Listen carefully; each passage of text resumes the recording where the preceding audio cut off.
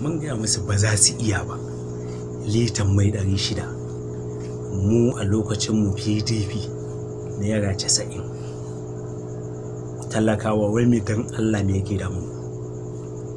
Ku zaɓe mu shine cancanta a rayuwa, amma kun zo ana ta gallaza mu.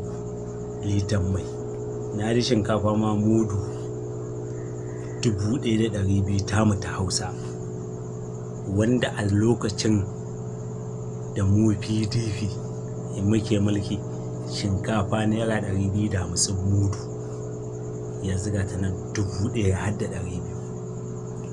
Aƙalla a ƙasar babu magidanci a ƙasar nan da yake cin abinci sau 3 a rana, babu shi.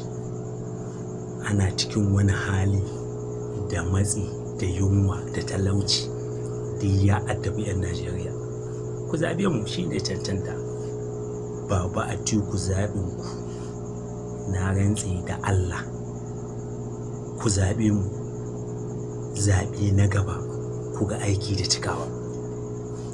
Ina daɗar gaya muku, ina gargaɗinku, ina jan kunne. Wa'annan ba za su iya ba. Sun kashe komai, sun ɓata komai daga su